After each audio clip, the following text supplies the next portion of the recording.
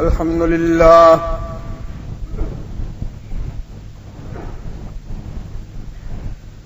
الحمد لله وحده والصلاة والسلام على من لا نبي بعده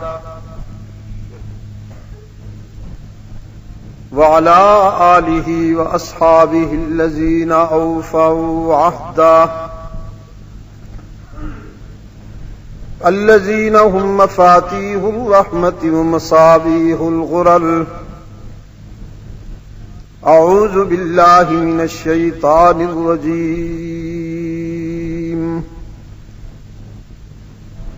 بسم الله الرحمن الرحيم. نحن نقص عليك نبأهم بالحق إنهم فتية آمنوا بربهم وزدناهم هدى وربطنا على قلوبهم إذ قاموا فقالوا ربنا رب السماوات والأرض لن ندعو من دونه إلها لقد قلنا إذا شططا.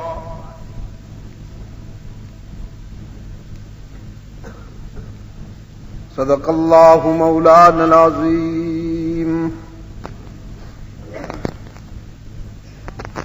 وعن معاوية بن أبي سفيان رضي الله تعالى عنهما قال قال رسول الله صلى الله عليه وسلم من يرد الله به خيرا يفقهه في الدين. وصدق رسوله النبي الأمي الكريم. ونحن على ذلك لمن الشاهدين والشاكرين والحمد لله رب العالمين.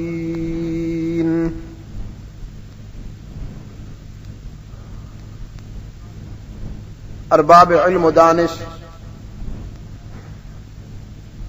واجب الاحترام بزرگوں اور عزیز دوستوں،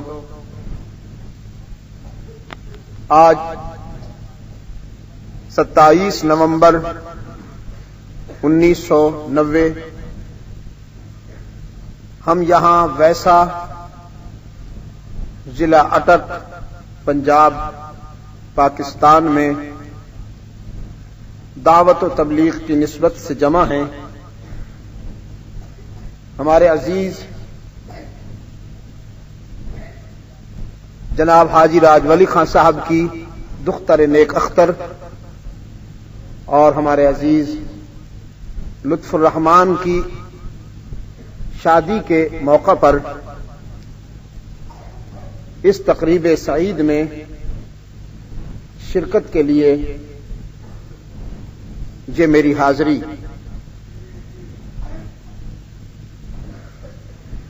میرے لیے باعث مسرت ہے. حضرت قاری صاحب مدظلہ فرما رہے تھے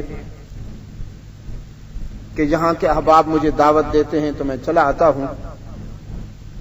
اصل بات یہ ہے کہ میں اس علاقے کو اپنا، یہ سیاسی طور پر نہیں کہہ رہا جیسے سیاسی لوگ جب جس علاقے سے کھڑے ہوتے ہیں تو کہتے ہیں یہ میرا گھر ہے تاکہ مجھے ووٹ ملے، بلکہ میرا گزشتہ 20-22 سالہ ماضی گواہ ہے کہ یہ میرا گھر ہے. اس علاقے سے میری بڑی تاریخی یادیں وابستہ ہیں جنہیں میں بھول نہیں سکوں گا. تو ہمارے دکھ، ہمارے خوشیاں، ہمارے آنسو، ہماری مسکراہٹیں مشترکہ ہیں. اور ایسے مواقع پر جس طرح کہ حضرت قاری صاحب مدظلہ فرما رہے تھے، ہمارے مجاہد ان تقریبات میں جو دوست اللہ اور اس کے رسول کی طرف متوجہ ہوتے ہیں اور اللہ اور اس کے رسول کو راضی کرنے کے لیے اپنی خوشیوں کو اطاعت اللہ اور اس کے رسول کی اطاعت کی حدود میں رکھنا چاہتے ہیں وہاں میں ترجیحاً حاضری دیتا ہوں. تو کچھ اور کہنا چاہتا تھا لیکن حکم ملا ہے مجھے اپنے دوستوں کی طرف سے، بالخصوص ہمارے مولانا غلام حبیب صاحب کی طرف سے، شیخ محمد صابر صاحب جو ہمارے جلسہ کے صدر بھی ہیں اس وقت، کہ میں آپ کی خدمت میں قرآن کریم کا وہ حصہ پیش کروں جس سے ہمیں بڑے خوبصورت انداز میں دعوت عمل دی جا رہی ہے. ایک خاص فکر نصیب ہوتا ہے ان آیات کے مطالعہ سے. ظاہر ہے کہ قرآن کریم کا اصل ہدف تو عمل ہے. قرآن کریم جب کوئی واقعہ بیان کرتا ہے، جب بھی ماضی کا حوالہ دے کر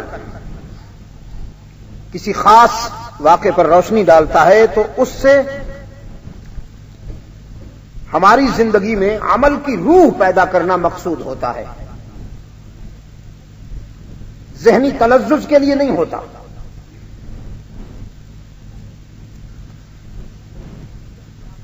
جو حصہ ابھی آپ کے سامنے میں نے کتاب اللہ سے تلاوت کرنے کی سعادت حاصل کی،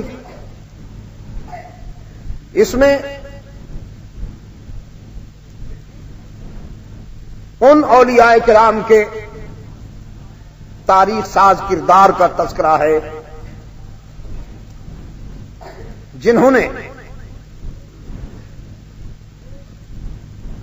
ایک مستحکم اور مضبوط برائی کے خلاف جہاد کیا. ایسی برائی اور ایسا شر کہ جسے اقتدار کی سرپرستی حاصل تھی، اس کے خلاف جہاد کیا.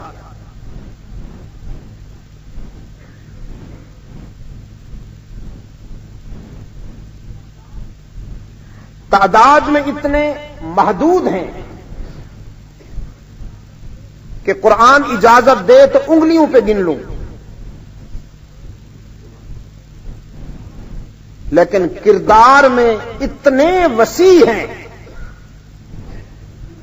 کہ اللہ نے اپنے محبوب کو ان کی کہانی قرآن کی زبانی فخریہ سنائی.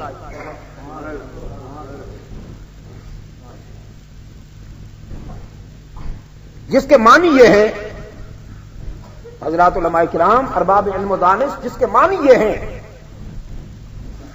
کہ کوئی طبقہ، کوئی جماعت، اگرچہ افراد اس میں بہت اہم ہوا کرتے ہیں لیکن اصل پہچان کردار سے ہوتی ہے. افراد سے، افراد تو آتے جاتے رہتے ہیں لیکن کردار معیار بنتا ہے.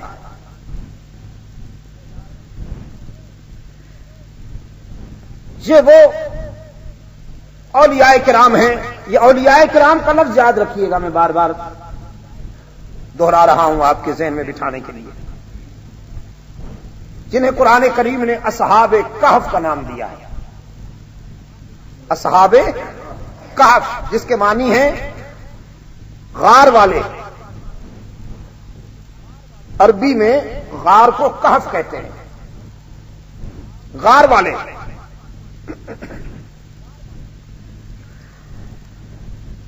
اس کا کچھ شان نزول اس طرح ہے قرآن کریم کی ان آیات کا کہ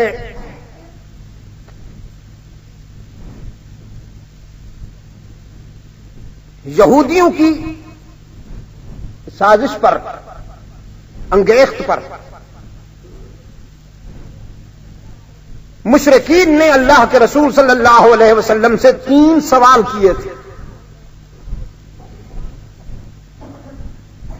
3 سوال. اگر آپ کا عرش بری سے رابطہ صحیح ہے، اگر آپ اللہ کے رسول ہیں تو ہمیں ان 3 سوالوں کا جواب دیجیے. روح یہ جسم ہے اور اس کے اندر روح ہے.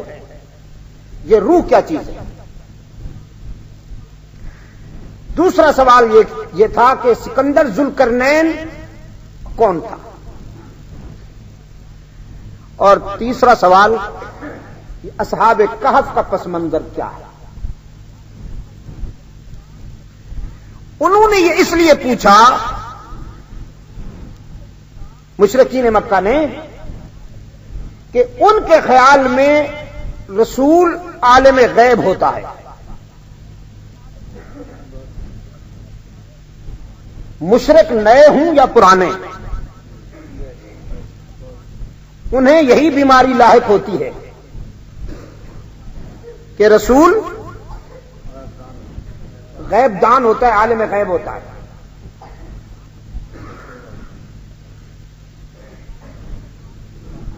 انہوں نے یہ سوال کیے. اللہ کے رسول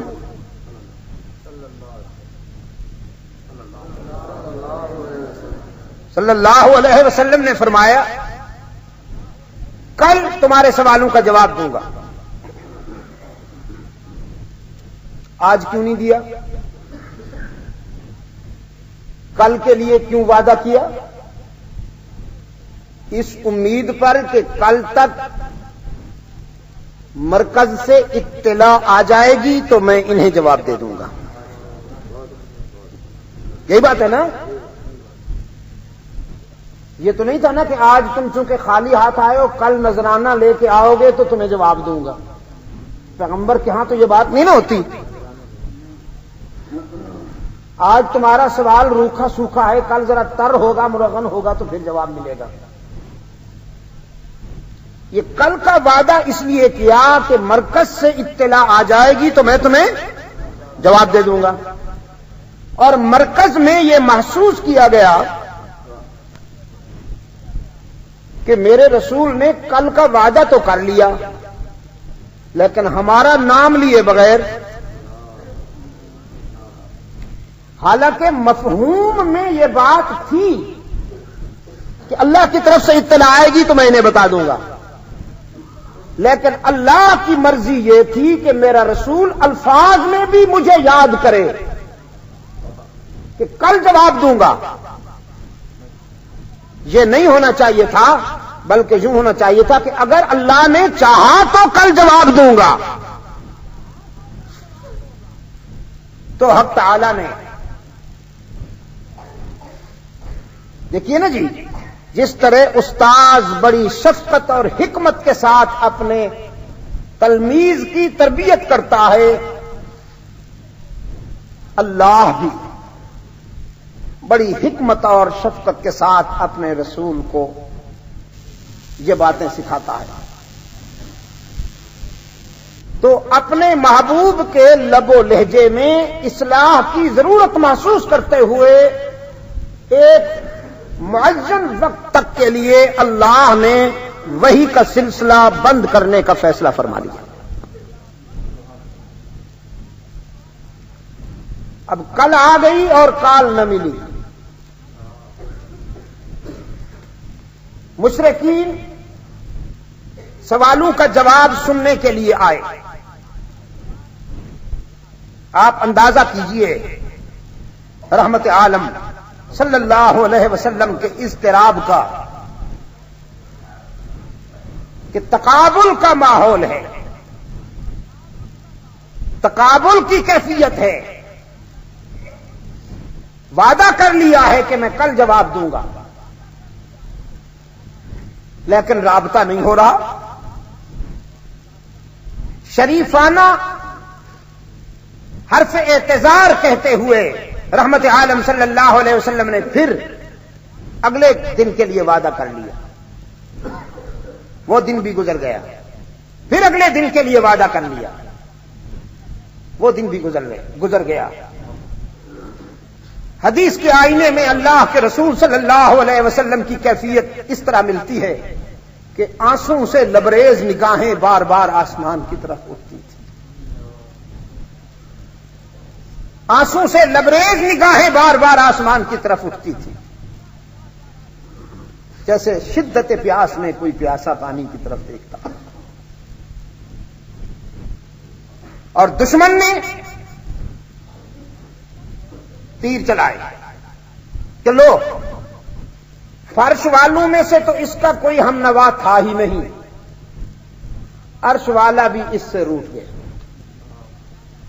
رب نے بھی محمد کو تنہا چھوڑ دیا. ابو جہل نے تیر اندازی شروع کی،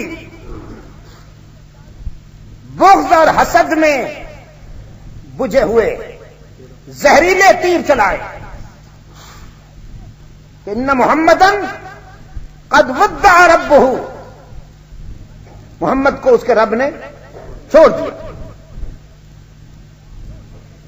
تو رحمت عالم صلی اللہ علیہ وسلم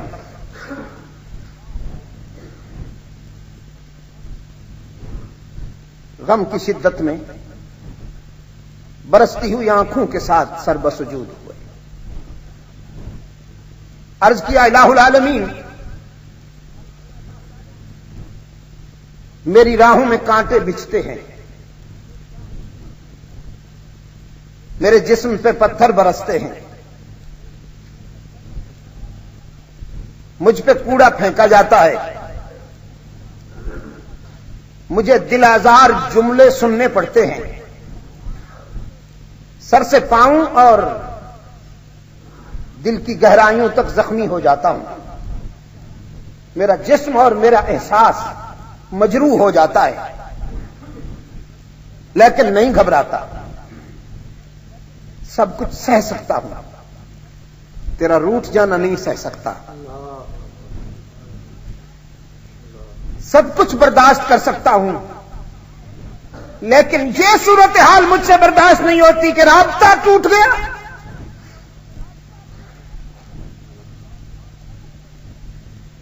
اور چچ کے روشن ضمیروں، آپ تو جانتے ہیں نا کہ اللہ کے حضور آنسوؤں کی بہت قیمت ہے. کسی بھی انسان کے آنسو کبھی رائگاں نہیں جاتے، تو پھر رحمت عالم صلی اللہ علیہ وسلم کے آنسوؤں کی کیسے قیمت نہ پڑتی. اللہ نے جب اپنے محبوب کو اپنے در پہ روتا ہوا دیکھا تو اس کی طرف سے بھی 3 باتیں ہوئی.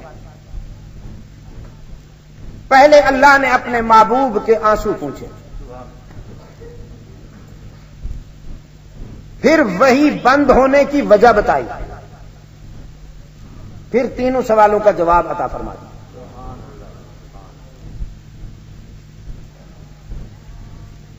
فرمایا والضحى والليل اذا سجى ما ودعك ربك وما قلى.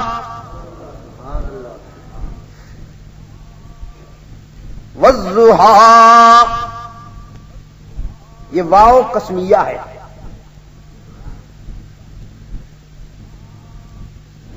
والضحى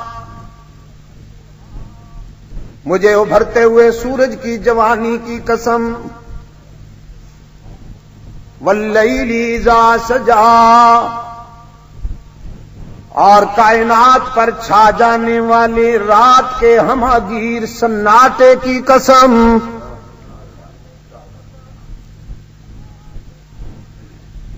ما ودعک ربک وما قلی. حق تعالی نے فطرت کی سچائی کی قسم کھا کر فرمایا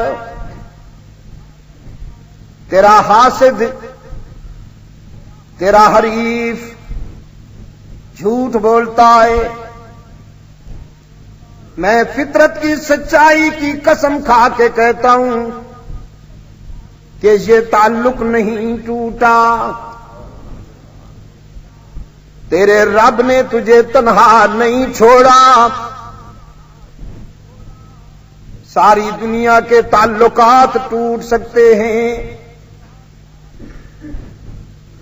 ساری دنیا کے رشتوں میں علالت پڑ سکتی ہے، بھائی بھائی سے، باپ بیٹے سے، استاد شاگرد سے، دوست دوست سے جدا ہو سکتا ہے، لیکن میرے محبوب جس طرح سورج سے روشنی دور نہیں ہو سکتی، جس طرح راتوں سے اندھیرا دور نہیں ہو سکتا، تیرا رب بھی تجھ سے دور نہیں ہو سکتا۔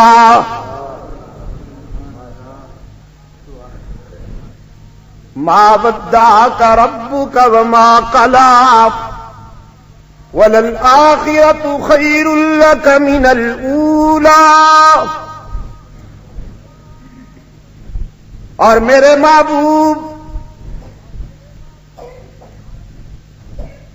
تیرے حاسد، تیرے حریف، تیرے بدخار، تیرے دشمن جو چاہیں کر لیں، انجام تیرا ہے، جیت تیری ہے۔ وَلَسَوْفَ يُعْطِيكَ رَبُّكَ فَتَرْضَىٰ۔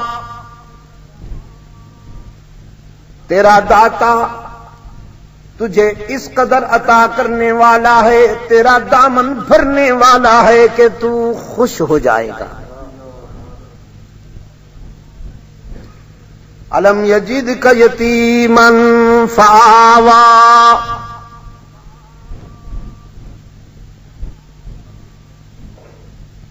دور یتیمی میں تیری نگرانی کرنے والا کون ہے؟ تیری ولادت سے پہلے تیرا والد فوت ہو گیا، بچپن میں ماں نے بھی تجھے داغ مفارقت دے دیا، دور یتیمی میں نے تجھے تنہا نہیں چھوڑا، اب تو میرا نمائندہ ہے، اب تو میری آبرو ہے، میں تجھے کیسے تنہا چھوڑوں؟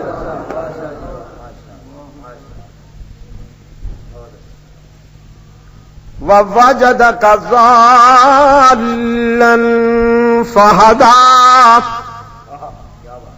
اور تیرے رب نے تجھے ضالًا کیا پایا؟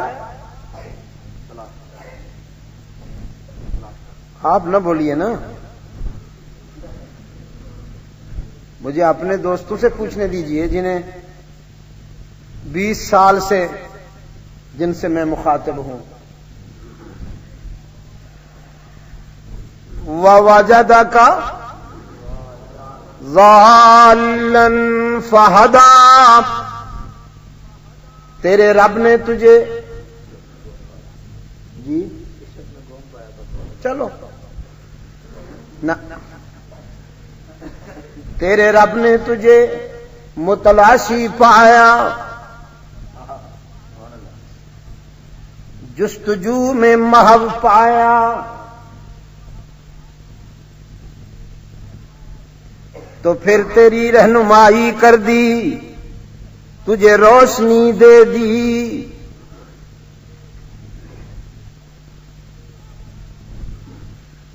الہ العالمین جب اتنا پیار ہے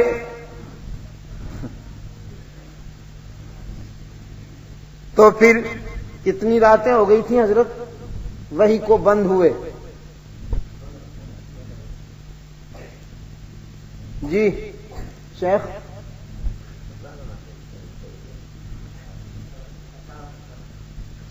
صدر محترم،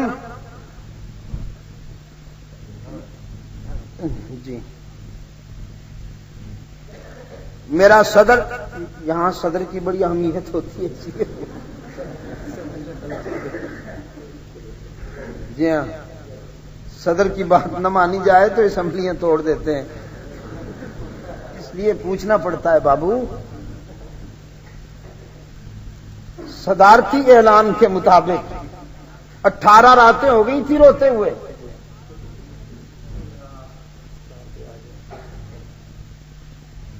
الہ العالمین اتنے دنوں سے اشک بار ہوں،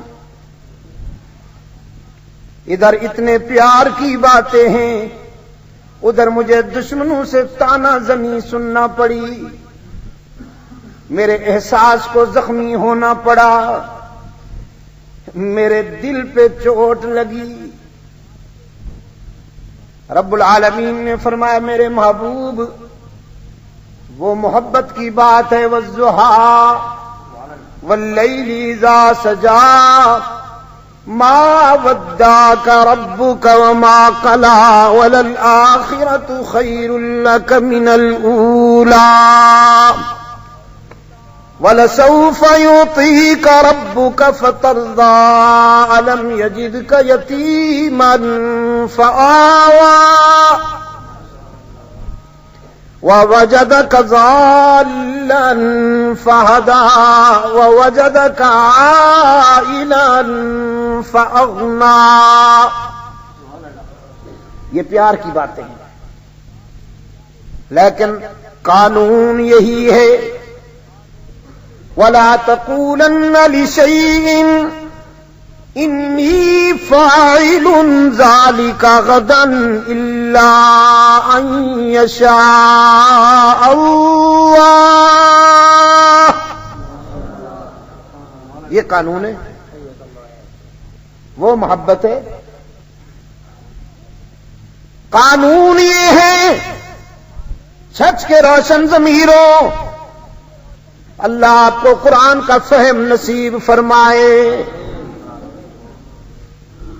وَلَا تَقُولَنَّ لِشَيْءٍ إِنِّي فَاعِلٌ ذَلِكَ غَدًا إِلَّا أَن يَشَاءَ اللَّهُ۔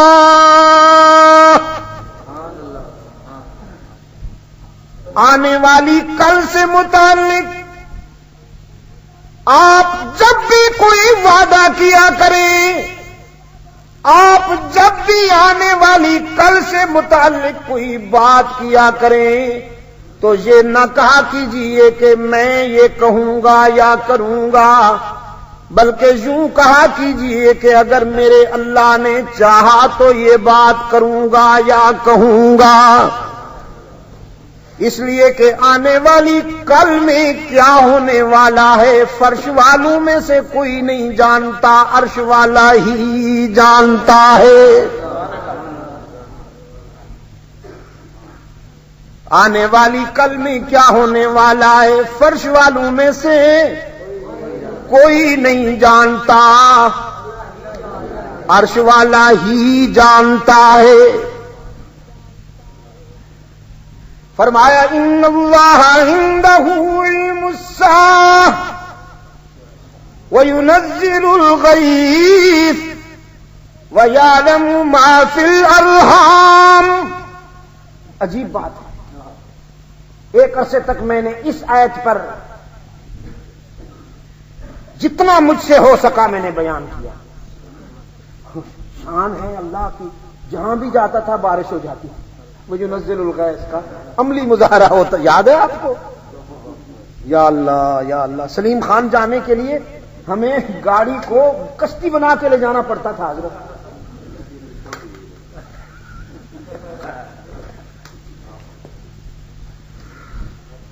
فرمایا ان اللہ عنده علم الساعة وينزل الغیث وَيَعْلَمُ مَا فِي الْأَرْحَامِ وَمَا تَدْرِي نَفْسٌ مَاذَا تَكْسِبُ غَدًا وَمَا تَدْرِي نَفْسٌ بِأَيِّ أَرْضٍ تَمُوتُ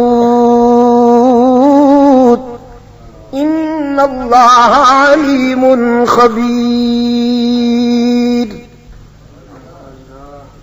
قرآن کریم نے یہاں بھی 5 باتوں کی طرف متوجہ کیا۔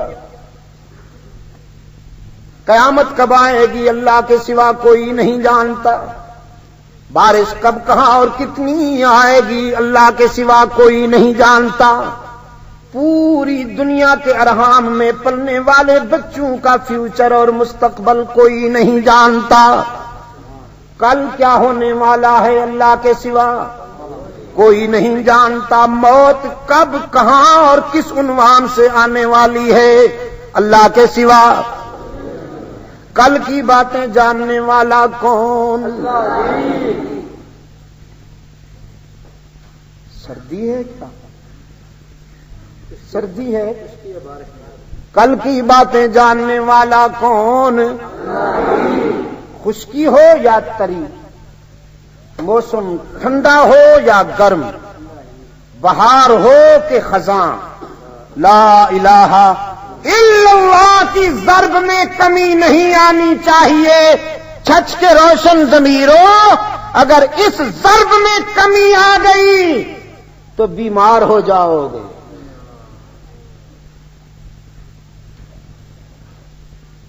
کل کی باتیں جاننے والا کون؟ ہی پہ ضرب لگے نا، کل کی باتیں جاننے والا کون؟ اگر رحمت عالم صلی اللہ علیہ وسلم عالم علام الغیوب ہوتے، غیب دان ہوتے، تو ام المؤمنین سیدہ عائشہ صدیقہ رضی اللہ تعالی عنہا ہفتوں نہ روتی۔ اگر اللہ کا رسول غیب دان ہوتا تو بیر روما پر 70 قرآن کے کاری ٹکڑے ٹکڑے نہ ہو جاتے۔ کل کی باتیں جاننے والا کون؟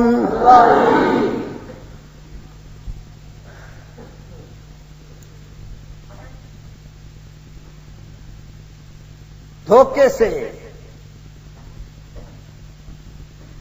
ایک بدنیتی پر مبنی منصوبہ پر مبلغین اسلام کو دشمنان اسلام نے دعوت دی، دوستی کے لبادہ میں دشمنی کی، دوستی کے لبادہ میں دشمنی کی۔ بنو سلیم سے عامر بن طفیل کی سازش پر ایک وفد اللہ کے رسول صلی اللہ علیہ وسلم کی خدمت میں آیا۔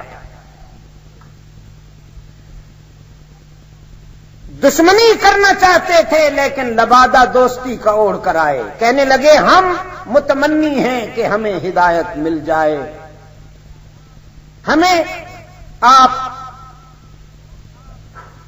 اسلام کے ایسے داعیوں سے سرفراز فرمائیے، ایسے مبلغین ہمارے علاقے میں بھیجیے کہ جن کی دعوت و تبلیغ کے ہمگیر اثرات و نتائج ہمارے قبائل کو مشرف باسلام کر دیں۔ ذرا تعداد میں زیادہ بھیجیے تاکہ کم وقت میں زیادہ کام ہو سکے، ذرا ہوں بھی منتخب افراد جن کا کردار اور گفتار اور اخلاق مثالی ہوں۔ مطلب یہ تھا کہ پر نوچ لیے جائیں تاکہ پرواز نہ کر سکیں۔ لیڈر کا سرمایہ تو کارکن ہوتے ہیں نا۔ میں کیا ہوں؟ اگر آپ کے دلوں میں میرے لیے محبت نہ ہو، حضرت قاری سعید الرحمان صاحب مدظلہ ہمارے دوسرے جتنے بھی اس قافلے کے سپاہی ہیں، وہ اپنے دوستوں کے ساتھ ہی تو اچھے لگتے ہیں نا۔ یہ جو ہمارے رفقا ہیں، ہمارے ہمسفر ہیں، ہمارے دوست ہیں، یہ ہمارے پر ہیں۔ دشمن نے سوچا کہ تبلیغ کے بہانے صحابہ کو بلا کے قتل کر دو تو پر نوچ لو، پھر دیکھیں محمد کیسے چلتا ہے صلی اللہ علیہ وسلم۔ اس ہدف پر انہوں نے آ کر اللہ کے رسول صلی اللہ علیہ وسلم سے کہا ہماری طرف آپ مبلغین کی ایک جماعت بھیجیے۔ رحمت عالم صلی اللہ علیہ وسلم نے 70 افراد کا انتخاب کیا۔ میں کہا کرتا ہوں دعوت و تبلیغ کے مشن پر روانہ ہونے والی یہ پہلی منظم تبلیغی جماعت تھی جسے رحمت عالم صلی اللہ علیہ وسلم نے خود تشکیل دیا۔ اور یہ 70 افراد میں اس زمانے کی بات کر رہا ہوں جب مسلمانوں کی تعداد اربوں کروڑوں لاکھوں ہزاروں میں نہیں تھی، چند گنے چنے تھے، ان میں سے 70 افراد کا انتخاب ہوا، اور یہ وہ حضرات ہیں جن کے متعلق بخاری کی اوراق پر یہ تجزیہ چمک رہا ہے کہ کانوا یحتطبون بالنہار ویصلون باللیل، یہ راتوں کو عبادت کرنے والے تھے، رات کو مصلی پر عابد بن کر کھڑے ہوتے تھے، اور دن کو لکڑیاں چن چن کر گزارا کرتے تھے، بھیک نہیں مانگتے تھے، محنت کش تھے۔ رحمت عالم صلی اللہ علیہ وسلم کے خصوصی خدام تھے، خاص خادم تھے رحمت عالم صلی اللہ علیہ وسلم کے اصحاب صفہ میں سے۔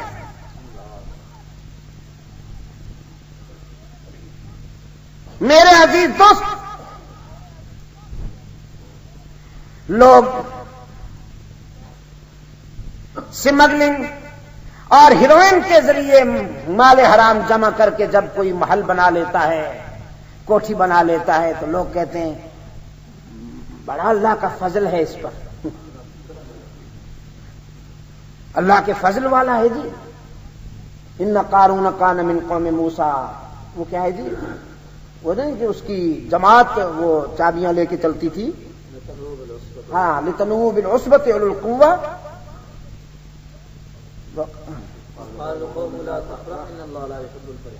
نہیں وہ جو ہے نا کہ یہ بڑا صاحب وہ ہے، فضل ہے، وہ ان کا جو تبصرہ ہے نا قوم کا، اس کو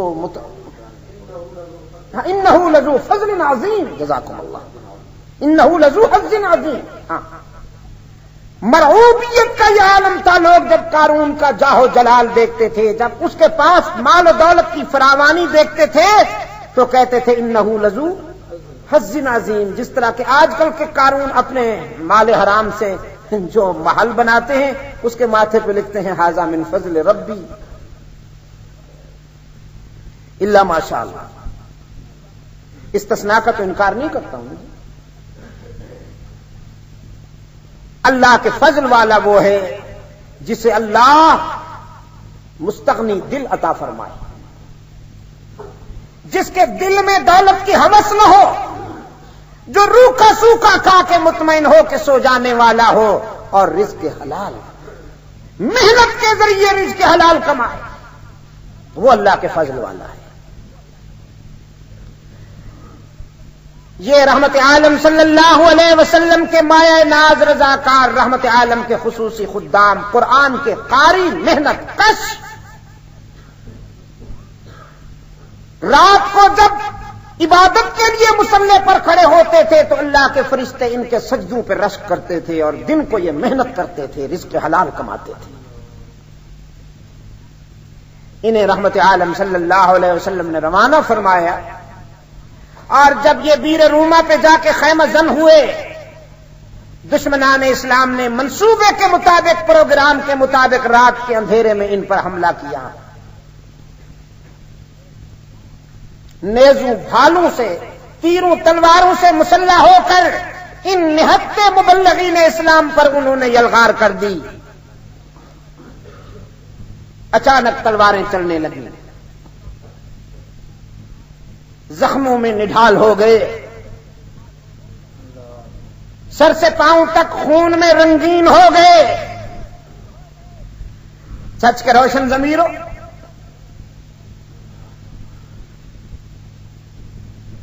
جنہیں ٹکڑے ٹکڑے کیا جا رہا ہے، جن کے جسم کو ریزہ ریزہ کیا جا رہا ہے، ان کی روح کا شباب دیکھیے۔ کہا نا اقبال نے، تو بچا بچا کے نہ رکھی سے، تیرا آئینہ ہے وہ آئینہ، شکستہ ہو تو عزیز تر ہے نگاہ آئینہ ساز میں۔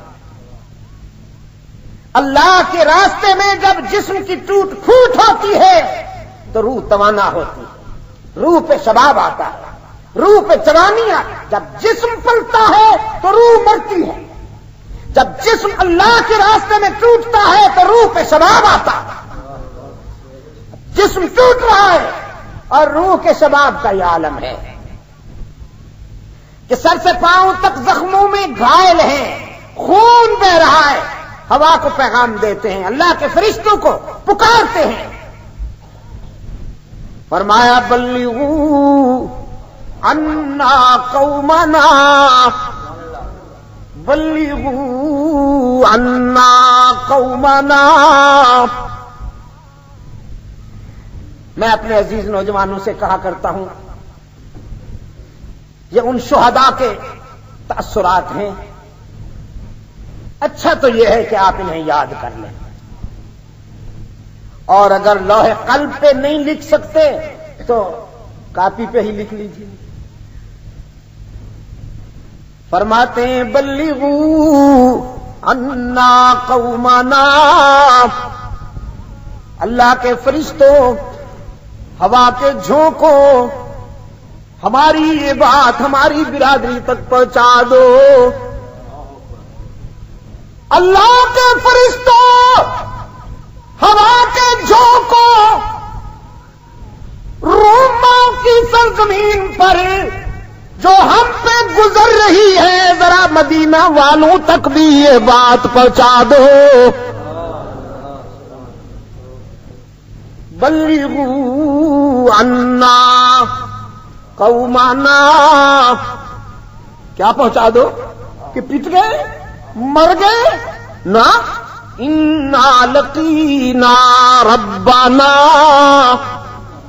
جاؤ مدینہ والوں کو بتا دو، انا لقینا ربنا، ہم نے بیر روما پر اپنے رب سے ملاقات کی۔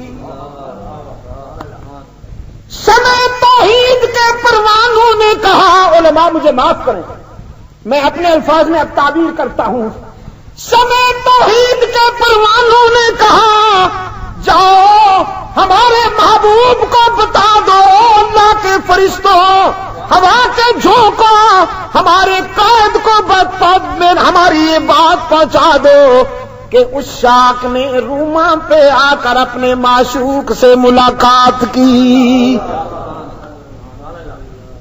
انا لقینا ربنا، اور یہ ملاقات اتنی کامیاب ہوئی، فرضی عنا وارضانا، وہ ہم سے راضی ہو گیا، ہم اس سے راضی ہو گئے۔ ہم اپنی جانیں ہتھیلی پہ رکھ کے آئے تھے، اس نے قبول کر لی۔ یاد ہو گیا آپ کو؟ بولو میرے ساتھ، بلغوا عنا قومنا، بلغوا عنا قومنا، بلغوا عنا قومنا، انا لقینا ربنا فرضی عنا وارضا۔ نقطہ انتہا، جس نے سمیہ کو دو ٹکڑے ہوتے دیکھا تو صبر کیا، جس نے بلال کی آہیں سنی تو صبر کیا، جس نے خبیب کو انگاروں پہ تڑپتا دیکھا تو صبر کیا۔ لیکن ان مبلغین کی مظلومیت کی کہانی جب رحمت عالم تک پہنچی تو صبح کی نماز میں ظالموں کے لیے رحمت عالم نے بد دعا کی۔ صحابہ فرماتے ہیں رحمت عالم کے چہرے پر اس قدر غم تھا، اس قدر حزن تھا، اتنا اضطراب تھا کہ ہم رسول کے چہرے کو دیکھنے کے بعد بے حال ہو جاتے تھے، دل ٹکڑے ہوتا تھا ہمارا رحمت عالم کے چہرے کو مغموم دیکھ کر۔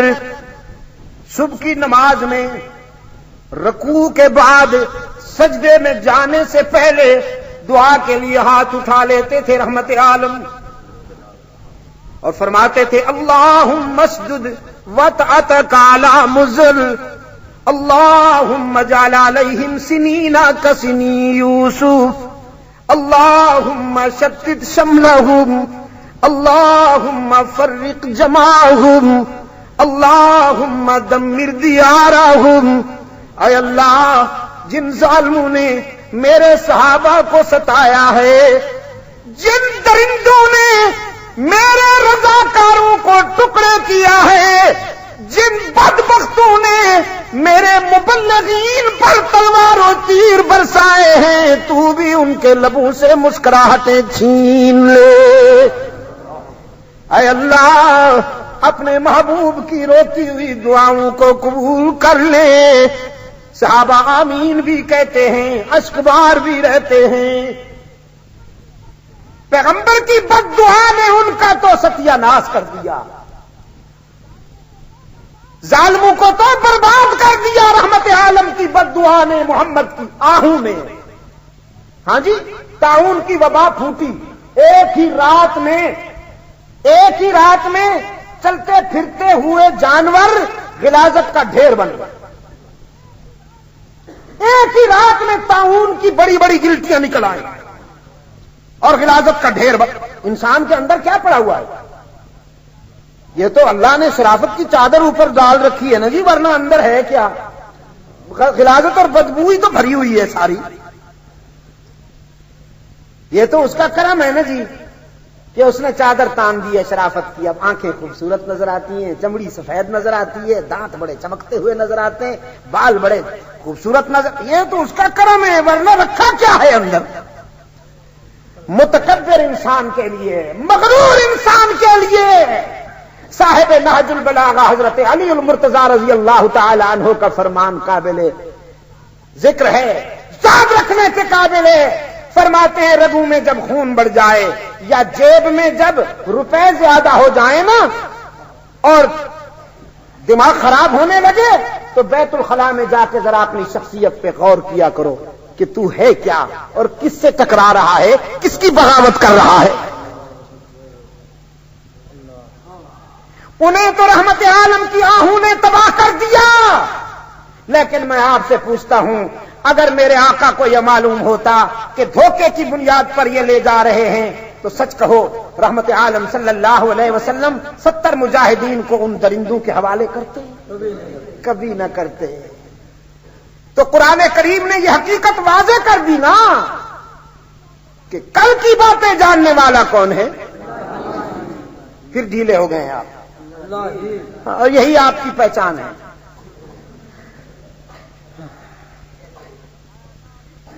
فرمایا لا تقولن لشیء انی فاعل ذلک غدا الا ان یشاء اللہ۔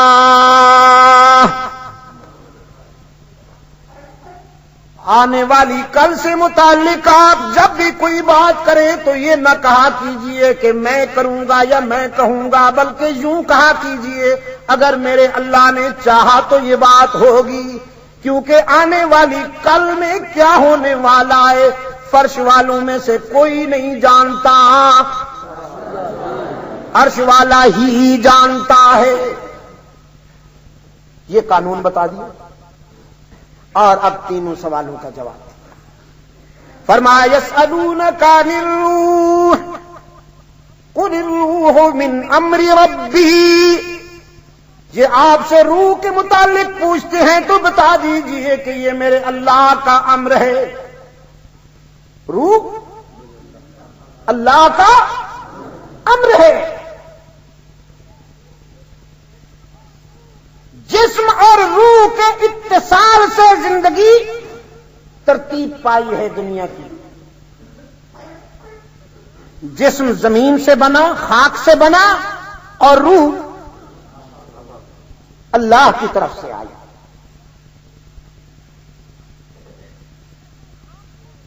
جسم خاکی اور روح آفاقی۔ چونکہ جسم خاک سے بنا، اس کے تقاضے بھی خاکی ہیں۔ یہ کھائے تو خوراک خاکی، پیے تو مشروب خاکی، پہنے تو لباس خاکی، رہے تو مکان خاکی، سفر کرے تو مرکب خاکی، یہاں تک کہ بیمار ہو تو علاج خاکی، مر جائے تو ڈھیر خاکی۔ کل شیء یرجع الی اصلہ، جسم خاک میں چلا جاتا ہے اور روح اپنی مرکز کی طرف روانہ ہو جاتی ہے۔ عام اصطلاح میں بولا جاتا ہے کہ فلاں کی روح پرواز کر گئی، فلاں کی روح پرواز کر گئی۔ آپ جب کسی انسان کو جا کے دفن کرتے ہیں تو روح دفن نہیں ہوتی۔ اگر آپ مجھے اجازت دیں علماء کرام مجھے معاف کر دیں، کہیں مجھ پہ کسی طرف سے کوئی ناراضگی کی نظر نہ اٹھ جائے تو میں عرض کروں کہ اصل انسان ہے ہی وہی جو پرواز کر جاتا ہے۔ یہ جو ہے نا، یہ مکان ہے، مکین نہیں ہے، اس میں انسان رہتا ہے۔ اصل انسان وہ ہے جو پرواز کر جاتا ہے۔ یہ آپ مکان کو جا کے دفن کراتے ہیں، مکان ڈھل جاتا ہے، مکین نہیں ملتا، وہ تو رخ بدلتا ہے اپنی منزل کی طرف۔ عالم ارواح سے آیا تھا، عالم دنیا میں ایک کلوز پیریڈ کے لیے اس نے اس مکان میں وقت گزارا، اب وہ اپنی اگلی منزل کو، نیکسٹ ٹارگٹ کو چلا گیا۔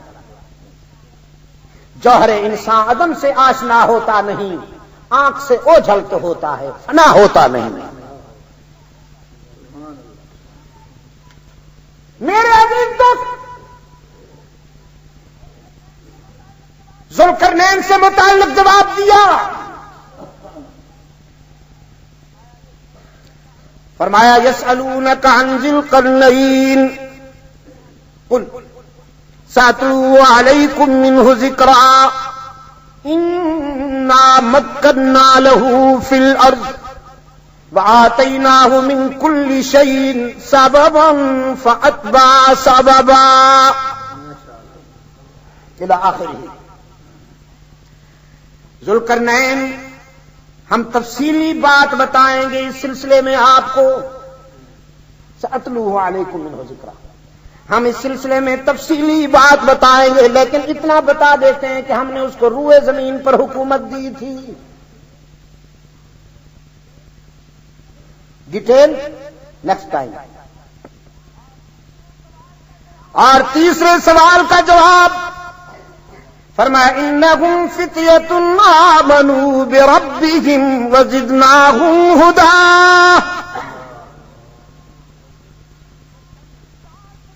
یہ چند کردار تھے نوجوان جو ہمارے پیارے دوست تھے، اپنے رب پر ایمان لائے۔ حق تعالی نے فرمایا وَرَبَطْنَا عَلَىٰ قُلُوبِهِمْ، ہم نے ان کے دلوں میں قرب پیدا کیا، ربط پیدا کیا۔ اذ قاموا، ربط کیوں پیدا کیا؟ تاکہ مل کے نظر آنے بطورے۔ ربط کیوں پیدا کیا؟ تاکہ ان میں سے ایک پیر بن جائے، باقی اس کے خلیفے بن جائیں، دکان چمکائیں نہ۔ فرمایا اذ قاموا، انہوں نے باطل سے ٹکر لینی تھی، انہوں نے باطل قوتوں سے ٹکر لینی تھی، تو باطل کو مٹانے کے لیے حق والوں کا جوڑ ضروری ہے۔ حق والو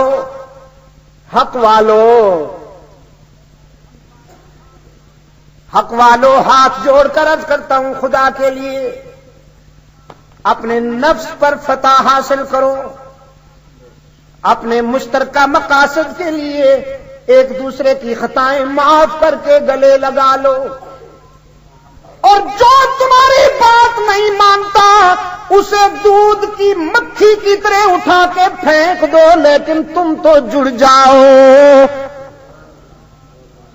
ان طائفتان من المؤمنین اقتتلوا فاصلحوا بینہما فإن بغت احداہما علی الاخری فقاتلوا التی تبغی۔ ساری مصیبت ہی یہی ہے کہ اب ہر سے سب سے ہم نبھانا چاہتے ہیں، ظالم سے بھی مظلوم سے بھی۔ اجی اسی سارے دے دوست سارے کی سارے اپنے جو ان کس میں چھوڑ دے دیے جی، یعنی اتنی اللہ نے نظر عطا نہیں کی کہ آپ سکیں، آپ عشق اور ہوس میں فرق نہیں کر سکتے، تو پھر نظر کہاں گئی، بصیرت کہاں گئی، فراست کہاں گئی؟ پھر تو نظر ایمان کی نہ رہی نا، میدے کی رہی۔ اگر ایمان کی نظر ہے تو عبداللہ ابن مسعود میں اور عبداللہ ابن ابی میں پہچان کیجیے، ورنہ ٹھوکریں لگتی رہیں گی، بات بگڑتی رہے گی، بات بنے گی نہیں۔ جب تک آپ ابن مسعود اور ابن ابی کو برابر دیکھیں گے، ایک ہی مقام پر رکھیں گے، اس وقت تک آپ نقصانات سے نہیں بچ پائیں گے۔ حق والوں قریب ہو جاؤ، خدا کے لیے قریب ہو جاؤ اگر آپ نے باطل کو ناکام بنانا ہے۔ آج صورتحال یہ ہے کہ عیسائیوں کی تعداد ہزاروں سے لاکھوں تک پہنچ گئی۔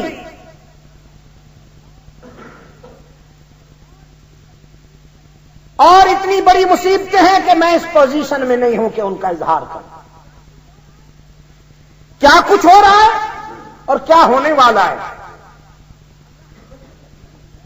اللہ نے جنہیں بصیرت دی ہے وہ دیکھ رہے ہیں، سمجھ رہے ہیں۔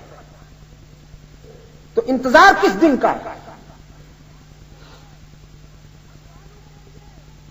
حق والوں کے لیے ربط قلوب ضروری ہے۔ اور یہ میں آپ کو بتا دوں، اجتماعی زندگی کے سفر میں ہمیشہ خوشیاں ہی نہیں ہوتی، کبھی کبھی غم بھی آتے ہیں۔ انسانی تعلقات میں، انسانی دوستی میں کبھی کبھی غلطیاں بھی ہوتی ہیں، تو معاف کیجیے۔ نبھانا ہو تو غلطیاں معاف کی جاتی ہیں، بگڑنا ہو تو نکتہ چینی کے لیے بہانے بہت۔ صحیح کہہ رہا ہوں کہ نہیں؟ میں آپ کو ایک چھوٹی سی مثال دیتا ہوں۔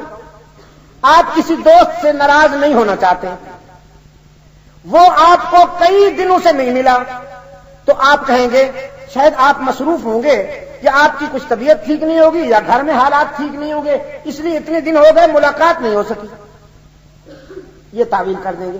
اور آپ بگڑنا چاہتے ہیں، ناراض ہونا چاہتے ہیں، تو پھر آپ کہیں گے آپ کو کیا پرواہ، کسی پہ کیا گزر رہی ہے، میں مروں یا جیوں، آپ کو اس کی کیا پرواہ، اتنے دن ہو گئے، اتنا عرصہ ہو گیا، کبھی میں یاد نہیں آیا ہوں آپ کو، اپنی خوشیوں میں مست پھرتے ہو، تو میں کسی کی پرواہ ہے؟ ایک ہی بات پر نیگیٹو بھی ہو سکتا ہے، پازیٹو بھی ہو سکتا ہے۔ اگر نبھانی ہے تو تعویل اچھی ہو جائے گی، اور اگر بگاڑنا ہے تو تعویل دوسری طرف چلی جائے گی۔ فَبِمَا رَحْمَةٍ مِّنَ اللَّهِ لِنتَ لَهُمْ وَلَوْ كُنتَ فَظًّا غَلِيظَ الْقَلْبِ لَانفَضُّوا مِنْ حَوْلِكَ فَاعْفُ عَنْهُمْ وَاسْتَغْفِرْ لَهُمْ وَشَاوِرْهُمْ فِي الْأَمْرِ۔ یہ علماء کرام کس کے لیے آیا ہے؟ کیا ہم اس کے مخاطب نہیں ہیں؟ فَاعْفُ عَنْهُمْ، یہ جو تیرے رضاکار ہیں نا میرے محبوب، اللہ نے فرمایا ہم نے کرم کیا کہ آپ کو ہم نے شہد کی طرح میٹھا بنایا، تو یہ پروانوں کی طرح تیرے اردا گرد جمع ہیں، لیکن ہیں تو انسان، فرشتے تو نہیں ہیں، کبھی ان سے کوئی غلطی ہو جائے نا تو معاف کر دیا کیجیے، آپ بھی معاف کر دیا کیجیے، پھر ہم سے بھی ان کے لیے دعائے مغفرت کیا کیجیے تاکہ ہم بھی ان کو معاف کر دیں۔ جب آپ بھی معاف کر دیں، ہم بھی معاف کر دیں، تو پھر ان کو پتہ بھی چلے کہ آپ بھی راضی ہو گئے، ہم بھی راضی ہو گئے، تو وشاورہم فی الامر، ان کو مشورے میں شامل کر لیا کیجیے تاکہ انہیں احساس ہو جائے کہ ہماری غلطیاں معاف کر دی گئی۔ فرمایا انہم فتیۃ آمنوا بربہم وزدناہم ھدی وربطنا علی قلوبہم اذ قاموا، باطل سے ٹکر لینے کے لیے، شر کا نام و نشان مٹانے کے لیے، برائی کا خاتمہ کرنے کے لیے حق تعالی نے فرمایا ہم نے ان کے دلوں میں قرب پیدا کیا۔ اگر آپ ناراض نہ ہوں تو ایک بات پوچھتا ہوں، ریڈیو ٹی وی پہ گانے بند ہو گئے ہیں یا جاری ہیں؟ آہستہ تو بولتے ہیں۔ طبلہ سرنگی کا سلسلہ ختم ہو گیا یا جاری ہے؟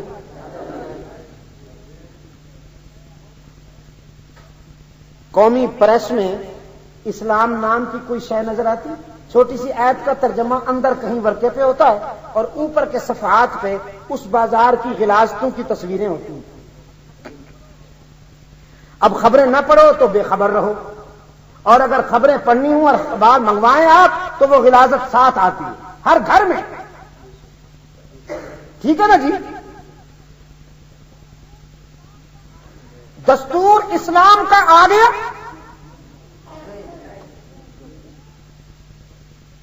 ایک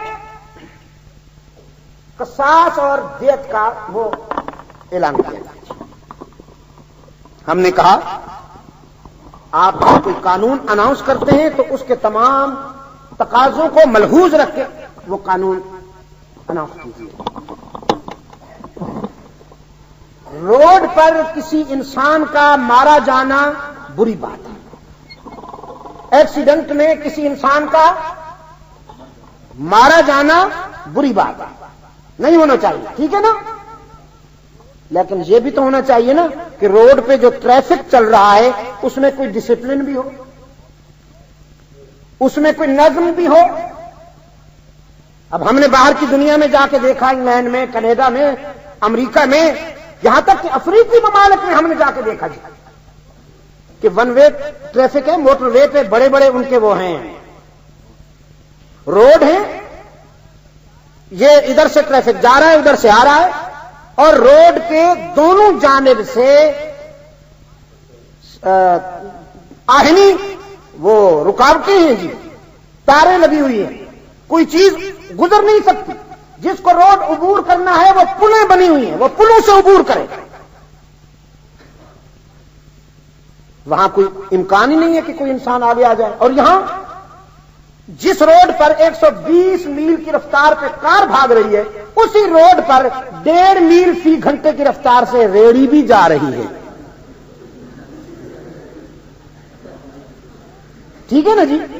جس روڈ پر 80 یا 100 میل کی رفتار پر اتنی بڑی بس جا رہی ہے کم وقت جس میں 70 آدمی بیٹھے ہوئے ہیں، اسی روڈ پر سائیکل پہ بھی ایک صاحب چاہ رہے ہیں جن کے سائیکل کے لیے 4 انگلی جتنی جگہ چاہیے لیکن وہ چلتا روڈ کے بیچ میں ہے،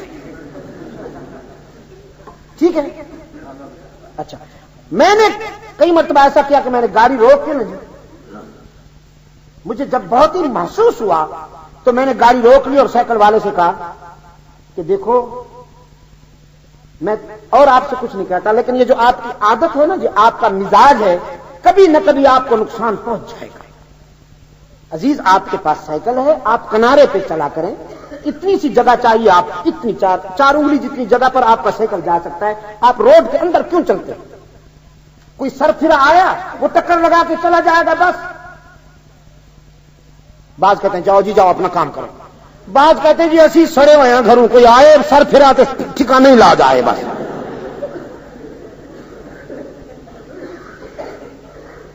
اچھا، پھر جو بس چلا رہا ہے نا جی، وہ اس کے آگے ایک بس جا رہی ہے، اس کے پیچھے بھی بس آ رہی ہے۔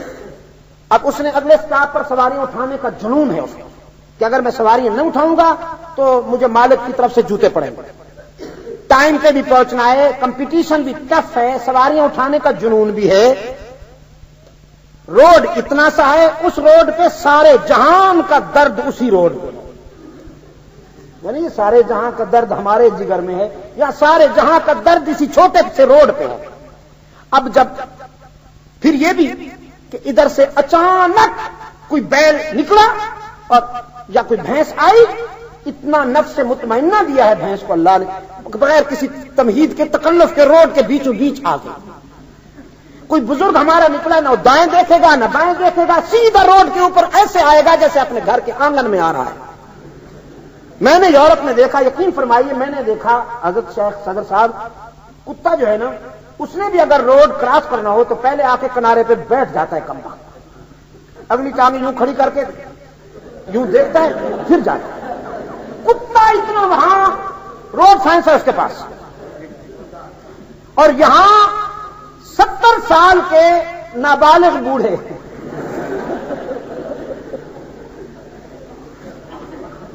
70 سال کے ہمارے نابالغ بزرگ جو ہیں ان کا یہ عالم ہے کہ روڈ پہ اس طرح آئیں گے جس طرح کہ اپنے گھر کے آنگن میں ٹہل رہے ہوں. اب اگر وہ ٹکر لگ جائے اور وہ مر جائیں تو کیا اسلام یہی کہے گا کہ 1,75,000 نکالو؟ ڈرائیور سے کہے گا؟ اسلام یہ نہیں سوچے گا کہ حالات کیسے تم نے بنا رکھے. دیکھو اسلام کہتا ہے تم ان اسباب پر کنٹرول کرو کہ جو انسان کو مجبور کر دے چوری کرنے کا. پہلے معاشرے میں عدل اور انصاف قائم کرو.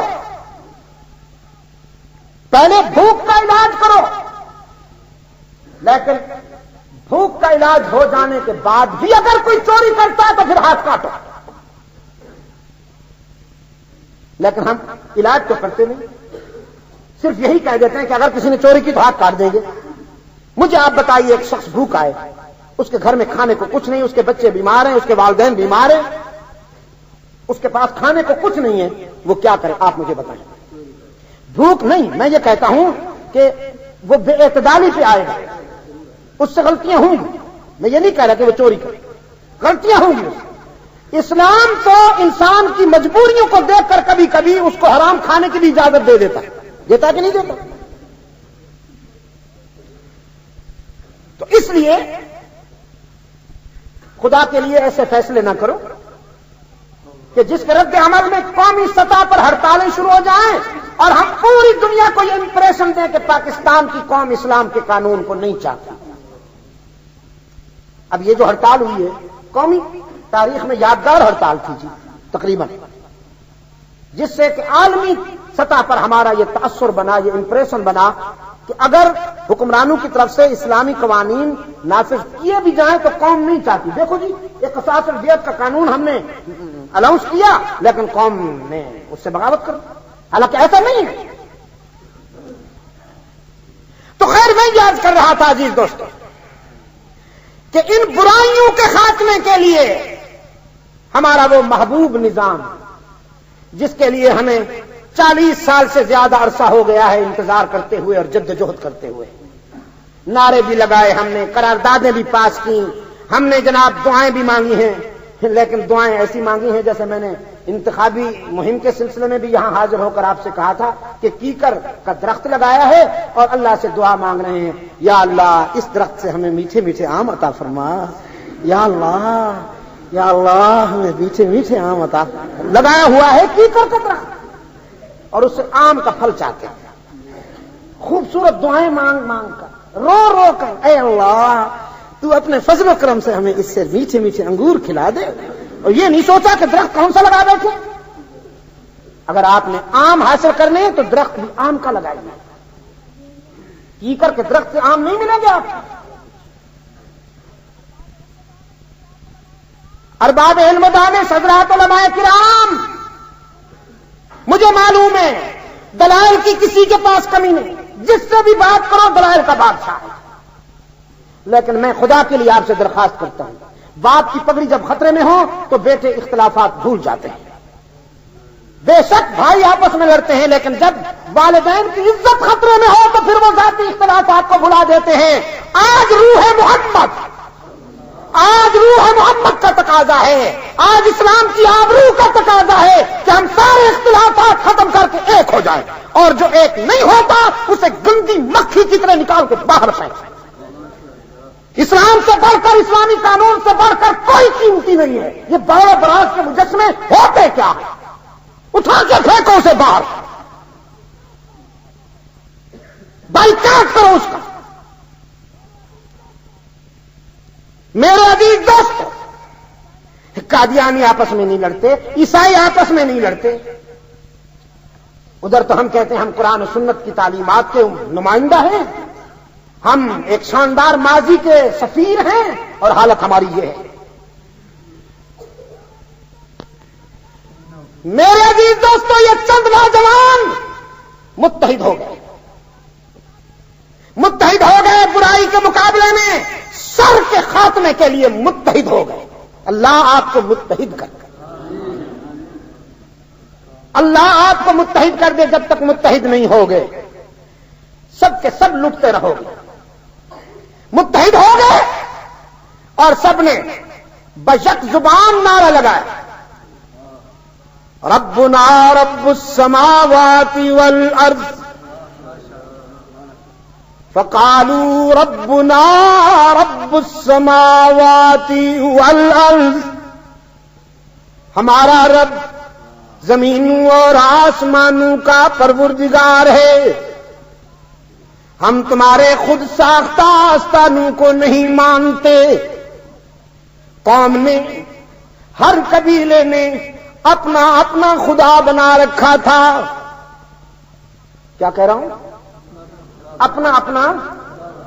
اچھا، یہ جو خدا کا تلفظ ہے نا جی، کوشش کیا کیجئے کہ آپ اس کی جگہ اللہ بولا کریں یا رب بولا کریں، کیونکہ خدا کا تلفظ جو ہے یہ عربی نہیں ہے، یہ عجمی ہے، فارسی ہے نا جی، اور یہ بتوں پر بھی بولا جاتا ہے، جبکہ رب بت پر نہیں بولا جاتا، اللہ کسی بت پر نہیں بولا جاتا۔ تو اس سے بچنے کی کوشش کیجیے، کبھی میں بھی بولوں تو میری اصلاح فرما دیا کیجیے، کیونکہ سب سے زیادہ غلطیاں میں کرتا ہوں، سب سے زیادہ قابل اصلاح میں ہوں۔ فقالوا ربنا رب السماوات والارض، تم نے جو اپنے اپنے خدا بنا رکھے ہیں، یہاں خدا بولنا ٹھیک ہے نا، وہ باطل خدا، وہ جو تم نے بنا رکھے ہیں، ہم ان کے باغی ہیں، ہم نہیں مانتے انہیں، ہم انہیں نہیں مانتے، یہ تمہارے پگڑیوں والے خدا، یہ تمہارے جبوں والے خدا، یہ تمہارے چادروں والے خدا، یہ تمہارے زلفوں والے خدا، نہیں مانتے ہم انہیں۔ کیس دائر ہو گیا، بادشاہ کی عدالت میں پکڑ کر لائے گئے یہ اللہ کے پیارے بزرگ بندے، یہ اللہ کے پیارے مجاہدین پکڑ کے لائے گئے کہ یہ طبقہ نام لیتا ہے الہ کا اس زمانے میں۔ بادشاہ نے پوچھا کیا کہتے ہو؟ حق پرستوں نے نعرہ لگایا، ربنا رب السماوات والارض، ہمارا رب زمینوں آسمانوں کا رب ہے، ہم تمہارے خود ساختہ آستانوں کو نہیں مانتے، نہیں مانتے، نہیں مانیں گے۔ لن ندعو من دونه الہ، ہم اس کے سوا کسی کو معبود نہیں مانتے۔ لن ندعو من دونه الہ، ہم اس کے سوا کسی کو الہ نہیں مانتے۔ ہماری زمین کی عاجزیوں کے لیے مسجود کون؟ ویسے چھچ کے روشن ضمیروں، آپ پہلے ایسے نہیں ہوتے تھے۔ ہماری زمین کی عاجزیوں کے لیے سچا مسجود، ہاں بات ہوئی نا۔ ذرا پھر دائیں بائیں دیکھ کے ضمیر کی حرارتوں سے ضرب لگے، ہماری زمین کی عاجزیوں کے لیے سچا مسجود۔ ہاں یہ بات آپ کو کہہ دوں، آپ کی مصلحتیں کچھ ہوں، آپ کے تقاضے کچھ ہوں، لیکن عبد المجید ندیم جب تک زندہ ہے انشاءاللہ یہ موضوع نہیں چھوٹے گا۔ ہماری زمین کی، اور یہ نہیں کہ بس میں ہی اس موضوع کا بڑا کوئی اجارہ دار ہوں نا، جب تک یہ آسمان ستاروں کی انجمن سے آباد ہے، جب تک دھرتی کے سینے پہ کھیت لہلہا رہے ہیں، جب تک نظام صبح و شام جاری ہے، یہ صدا گونجتی رہے گی۔ ہماری زمین کی عاجزیوں کے لیے حقیقی مسجود، ہی پہ ضرب لگے ذرا، تاکہ بھی کے بیماروں کو اللہ شفائے کاملہ عطا فرمائے۔ ہماری زمین کی عاجزیوں کے لیے سچا مسجود، جس طرح دقیانوس کی عدالت میں اللہ کے وہ پیارے بندے نعرہ لگا رہے ہیں، آج ہم ویسے میں بھی ویسے نہیں، دل کی گہرائیوں سے، ویسے میں ویسے نہیں، دل کی گہرائیوں سے وہی نعرہ لگائیں گے، ہماری جبین کی عاجزیوں کے لیے سچا مسجود ہر جگہ موجود، علام الغیوب، کارساز و دستگیر، حاجت روا، مشکل کشا، عزت دینے والا، رزق دینے والا، اولاد عطا کرنے والا، یا اللہ بھی۔ قرآن کریم کتنا بلیغ انداز ہے قرآن کریم، آپ یقین فرمائیے اگر آپ کو اس کی لذت کا پتہ چل جائے نا، شاید آپ کبھی بھی اس سے دور نہ ہوں، ہر وقت اس کے مطالعے میں محو نظر آئیں۔ قرآن پاک نے فرمایا یَهَبُ لِمَن یَشَاءُ إِنَاثًا وَیَهَبُ لِمَن یَشَاءُ الذُّکُورَ، وہ جسے چاہتا ہے بیٹیاں دیتا ہے، پہلے بیٹیوں کا نام لیا، یَهَبُ لِمَن یَشَاءُ إِنَاثًا وَیَهَبُ لِمَن یَشَاءُ الذُّکُورَ، وہ جسے چاہتا ہے بیٹیاں دیتا ہے، جسے چاہتا ہے بیٹے دیتا ہے، او یزوجہم ذکرانا واناثا، اور جسے چاہتا ہے دونوں نعمتیں عطا کرتا ہے، بیٹیاں بھی دیتا ہے بیٹے بھی، وَيَجْعَلُ مَن يَشَاءُ عَقِيمًا، اور نہیں دیتا تو ایک بھی نہیں دیتا، اس کے فیصلے ہیں، اس کی مرضی کی بات ہے نا جی۔ دینے پہ آ جائے تو کارخانے میں محنت کرنے والے مزدور کو اتنے بچے دے دیتا ہے کہ اس کی جھونپڑی میں سما ہی نہیں سکتے، اور نہیں دیتا تو اسی کارخانے کے مالک کو ایک لولا لنگڑا بہرا اندھا بچہ بھی نہیں دیتا، ٹھیک ہے نا جی۔ دینے پہ آ جائے تو مرید کو اتنے بچے دیتا کہ وہ بیچارہ سنبھال نہیں سکتا، اور نہیں دیتا تو حضرت صاحب کو ایک بھی نہیں دیتا۔ یہاں ایک بہت بڑے حضرت صاحب ہیں، سرکاری حضرت صاحب ہیں، اونچی ٹوپی پہن، اور ان کے تعویذوں کی مارکیٹ جو ہے وہ روپوں میں نہیں ہے، کاروں میں ہے، گاڑیوں میں ہے، پجیروں میں ہے۔ لوگوں کو جب آتے ہیں نا جی جن کی اللہ سے نہیں بن آئی، پھر فطرت ان کو سزا دیتی ہے، وہ حضرت صاحب کے پاس آتے ہیں، حضرت جی بیٹا دے دیجئے، تو پھر وہ پوچھتا ہے گورے رنگ دا پتر چاہیے یا کالے رنگ دا نڈا چاہیے، امیر چاہیے کہ غریب نڈا چاہیے، افسر نڈا چاہیے کہ کوئی ایویں مزدور چاہیے، پھر جس طرح دی ڈیمانڈ اس طرح دا نظرانہ، نہیں جس طرح دی ڈیمانڈ اس طرح دا نظرانہ، تو خود نہ اس کا بیٹا ہے نہ بیٹی، اللہ کی شان دیکھیے۔ ایک من چلا مرید ایک دن کہنے لگا حضرت میرے تو 10-12 ہیں، آپ کی مہربانی سے آپ کا ایک بھی نہیں۔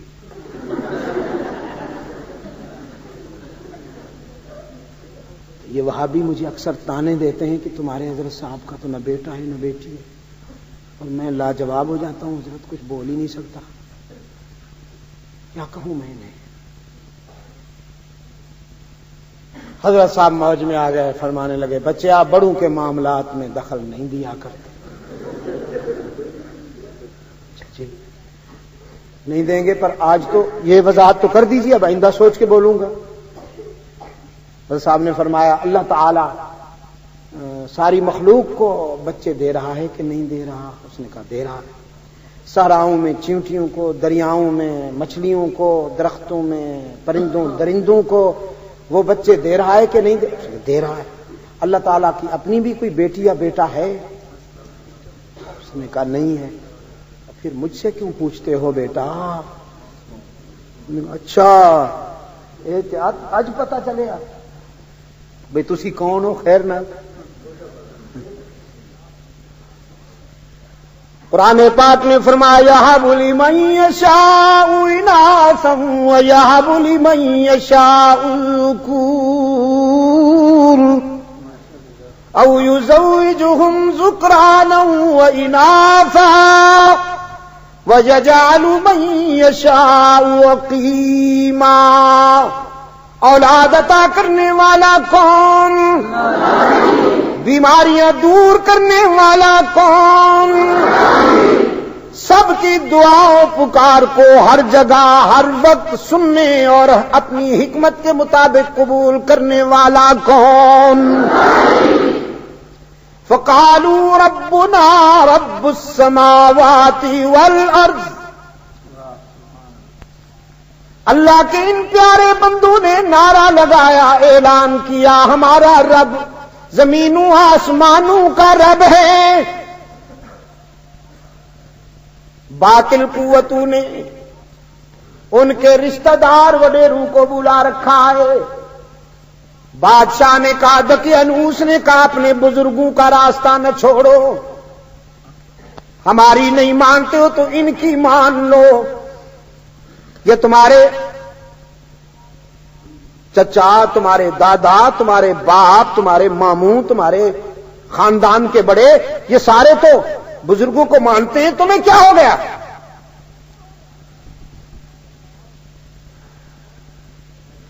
توحید کے رنگ میں رنگے ہوئے نوجوان کہتے ہیں ہؤلاء قومنا اتخذوا من دونه آلہہ، ہؤلاء قومنا، یہ ہمارے خاندان کے تو بڑے ہیں، خونی رشتے میں تو ہمارے بھائی ہیں، لیکن فکر و نظر کے راستے جدا ہیں۔ یہ ہم میں سے نہیں، ہم ان میں سے نہیں، فرق ہے بہت بڑا۔ اور فرق یہ ہے کہ ہم رب کو مانتے ہیں، یہ سب کو مانتے ہیں۔ ہم رب کا سجدہ کرتے ہیں، یہ سب کا سجدہ کرتے ہیں۔ ہمارا مسجود اللہ ہی اور ان کا مسجود اللہ بھی۔ ہم شیدائی ہیں، یہ حلوائی ہیں،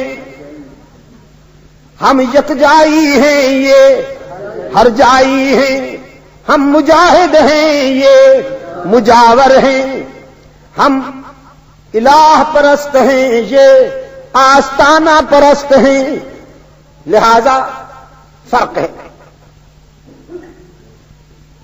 انہی نے، ان کے بڑوں نے دقیانوس سے کہا گستاخ ہو گئے ہیں، یہ بزرگوں کی توہین کرتے ہیں، گرفتار کر لیا جائے انہیں اور وہ سزا دی جائے کہ آنے والوں کے لیے بھی عبرت بنے۔ لیکن دقیانوس نے نظر ثانی کے لیے انہیں مہلت دی کہ اپنے موقف پر نظر ثانی کر لو۔ کہا جاؤ، ہم تھوڑے سے عرصے کے لیے تمہیں مہلت دیتے ہیں، اپنے موقف پر نظر ثانی کر لو، اور اگر تم نے اپنے موقف پہ نظر ثانی نہ کی، اپنے فکر میں تبدیلی نہ کی، تو سزا کے لیے تیار ہو جاؤ۔ یہاں سے یہ ایک غار کے دہانے پہ آئے، جس کی وجہ سے ان کا نام قرآن کریم میں، ان کی پہچان اصحاب کہف سے ہوئی۔ ایک پہاڑ میں غار کے دہانے پر آ کھڑے ہوئے اور سب نے مل کر اجتماعی دعا مانگی، اے ہمارے رب، تو ہماری رہنمائی فرما۔ حتیٰ کیا کہا قرآن کریم نے؟ اذ اول فتیۃ الی الکہف فقالوا ربنا آتنا من لدنک رحمہ وہیئ لنا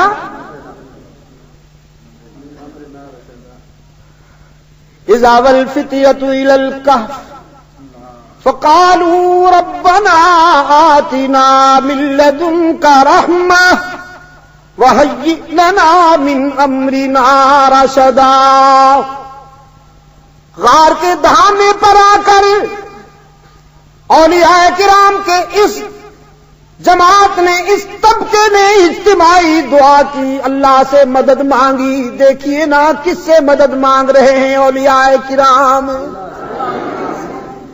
اے ہمارے معبود، اے ہمارے رب، تو اپنی رحمت کے سائے میں ہمیں ڈھانپ لے، تو اپنی رحمت کے سائے میں ہمیں ڈھانپ لے.